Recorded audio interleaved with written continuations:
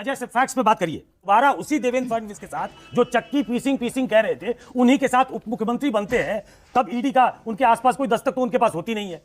कोई जवाब, कोई माकूल जवाब है इसका? आपको सूझ रहा है कोई जवाब? परसेप्शन बनाइए, लेकिन जवाब तो परसेप्शन में फैक्ट्स पे बात कर रहा हूं। मुझे फैक्ट्स पे चैलेंज करिए। कोई शक नहीं है। ईडी ने 8 दिन के दौरान ये केस बंद हुआ था कि नहीं हुआ था? नहीं, कोई तैयार नहीं है, मन बना के बैठे हुए हैं। नहीं, आप फैक्ट्स पे बात नहीं कर रहे हैं ना। इस बात को सीरियसली लिया कीजिए और कम से कम पढ़ लिख के आया करिए। सुकेश रंजन ने भाजपाई प्रवक्ता के झूठ की खोल दी पोल, लाइव डिबेट में कर दिया नंगा। गोदी मीडिया के दौर में भाजपा सिर्फ झूठ बोलकर निकल जाती है, लेकिन किसी की औकात नहीं होती है कि वो पलटकर भाजपाइयों से सवाल कर सके, और गलती से सवाल पूछने की हिमाकत करते हैं तो सुधीर चौधरी की तरह लतिया दिए जाते हैं, क्योंकि उनके कांड ही ऐसे हैं दोस्तों। लेकिन भाजपाइयों की ये चाल सुकेश रंजन के सामने नहीं चली।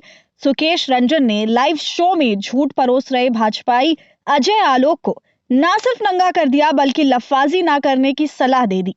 गोदी मीडिया के दौर में सुकेश रंजन ना सिर्फ भाजपाइयों के आंख में आंख डालकर बात कर रहे हैं, बल्कि उनकी इज्जत को हवा में उछाल रहे हैं।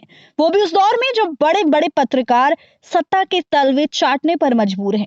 उस दौर में बीजेपी प्रवक्ता से ना सिर्फ सवाल पूछा, बल्कि उनकी सांसें अटका दी। देख लीजिए। जैसे फैक्ट्स पे बात करिए। आपने कहा कि ये केस बंद कर दिया उद्धव ठाकरे सरकार ने 2019 में। जी 2019 में जब सुबह 5 बजे, जब हम लोग को पता भी नहीं लगा था, जब अजीत पवार और देवेंद्र फडणवीस साहब की सरकार बन गई, तो एंटी करप्शन ब्यूरो ने यह केस बंद कर दिया। वो सरकार 8 दिन चली थी, सुबह वाली सरकार। दोबारा उसी देवेंद्र फडणवीस के साथ जो चक्की पीसिंग कह रहे थे, उन्हीं के साथ उप मुख्यमंत्री बनते हैं, तब ईडी का उनके आसपास कोई दस्तक तो उनके पास होती नहीं है।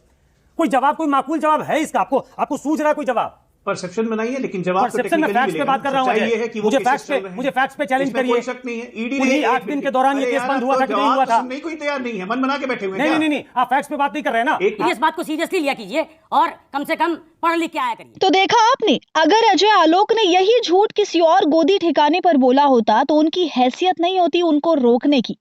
तो आंख में आंख डालकर सवाल पूछ रहे सुकेश रंजन पर क्या है आपकी राय?